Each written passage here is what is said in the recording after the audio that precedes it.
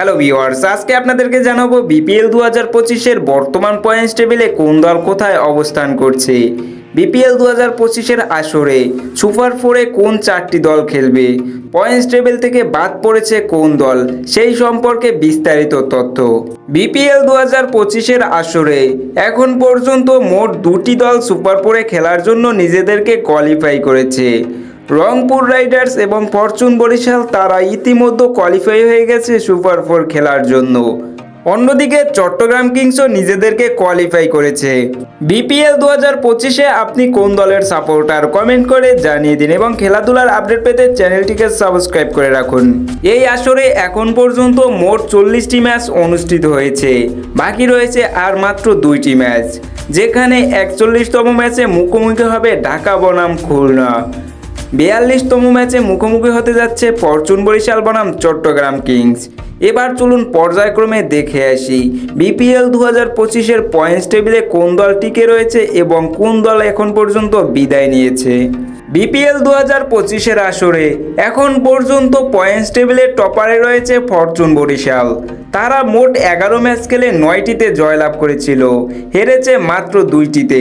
তাদের বর্তমান point 18, NEET run rate plus 1.534। Fortune বরিশালের এখনও একটি ম্যাচ বাকি রয়েছে চট্টগ্রাম কিংসের বিপক্ষে। অন্যদিকে রংপুর রাইডার্স রয়েছে পয়েন্টস টেবিলের 2 নম্বরে। তারা মোট 12টি ম্যাচ খেলেছে, যেখানে 8টিতে জয়লাভ করেছে, হেরেছে 4টিতে।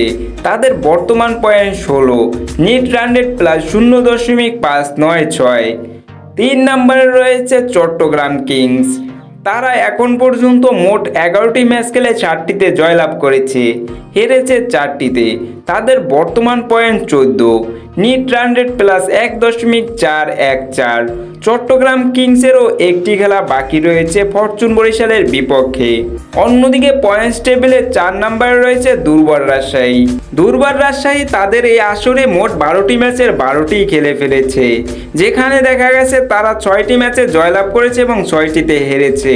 তাদের বর্তমান পয়েন্ট 12, নিট রান রেট -1.030। অন্যদিকে 5 নম্বরে রয়েছে খুলনা টাইগার্স। তারা কিন্তু 11 ম্যাচে 5টিতে জয়লাভ করে 6টিতে হেরে 10 পয়েন্ট নিয়ে পয়েন্টস টেবিলে রয়েছে 5 নম্বরে। তাদের NEET run rate plus 0.050। Points table থেকে দেখা যায় যে বিপিএল 2025-এর সুপার ফোরের জন্য 3টি দল তাদের নিজেদেরকে কোয়ালিফাই করেছেন। তবে সুপার ফোরের জন্য চতুর্থ দল হিসাবে কারা যাবে, এ নিয়ে রয়েছে বড় সমীকরণ। সেখানে দেখা যাচ্ছে দুর্বার রাজশাহী এবং খুলনা টাইগার্সের মধ্যে রয়েছে বড় কম্পিটিশন, যেখানে দুর্বার রাজশাহী 12টি ম্যাচ খেলে ফেলেছে, তাদের মোট পয়েন্ট কিন্তু 12। অন্যদিকে খুলনা টাইগার্সের এখনও একটি ম্যাচ বাকি রয়েছে। খুলনা টাইগার্স যদি এই ম্যাচটিতে জয়লাভ করতে পারে তাহলে তাদের পয়েন্ট হবে 12।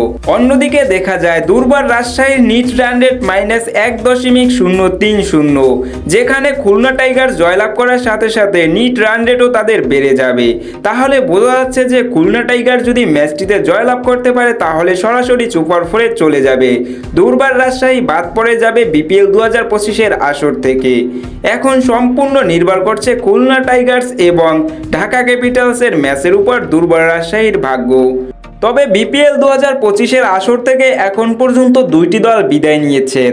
তারা হলেন ঢাকা ক্যাপিটালস এবং সিলেট স্ট্রাইকার্স।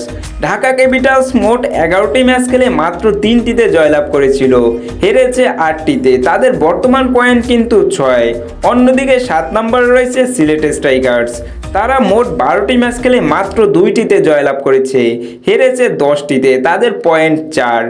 আপনার মতে বিপিএল 2025-এ কোন দল চ্যাম্পিয়ন হবে অবশ্যই কমেন্ট করে জানিয়ে দিবেন এবং প্রতিদিনের সকল প্রকার খেলাধুলার আপডেট পেতে অবশ্যই আমাদের চ্যানেলটিকে সাবস্ক্রাইব করে রাখবেন।